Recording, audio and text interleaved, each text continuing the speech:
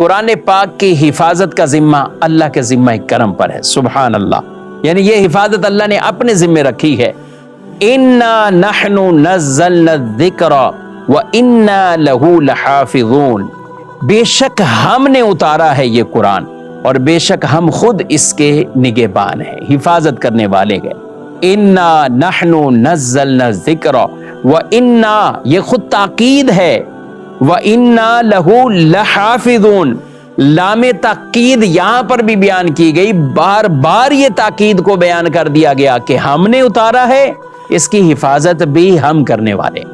یہ قرآن مجید وہ واحد کتاب ہے جس کی حفاظت اللہ نے اپنے ذمہ کرم پر لی ہے، جس کی حفاظت اللہ نے اپنے ذمہ کرم پر. اور ساری مخلوق، انسان جن کیوں نہ ہو، یہ سارے بھی مل کر اگر کچھ کرنے لگ جائے تو ایک حرف کی بھی تبدیلی کچھ نہیں ہوگی، کوئی لفظ کی تبدیلی نہیں کر پائے گا.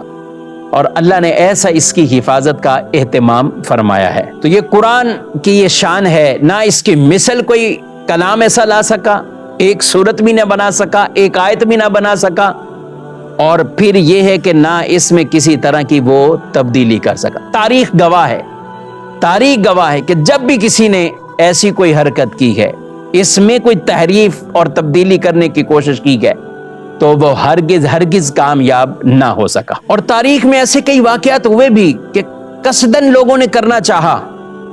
اور اس کا مطلب کیا ہے ناظرین کرام کہ یہ کلام محفوظ ہے، کتاب محفوظ ہے.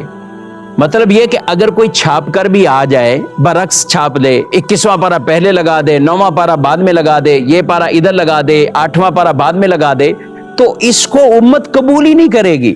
مراد اس کے یہ نہیں کہ کوئی یہ حرکت کر کے آئے اور کہے کہ یہ دیکھو میں نے تبدیلی کر دی. تو یہ تبدیلی نہیں ہے، یہ تحریف نہیں ہے، یعنی یہ امت اس کو قبول ہی نہیں کرے گی، کیونکہ مسلمانوں کے بچوں کے دلوں میں اللہ نے قرآن پاک ڈال دیا. الحمدللہ حافظ قرآن ہے اس امت کے.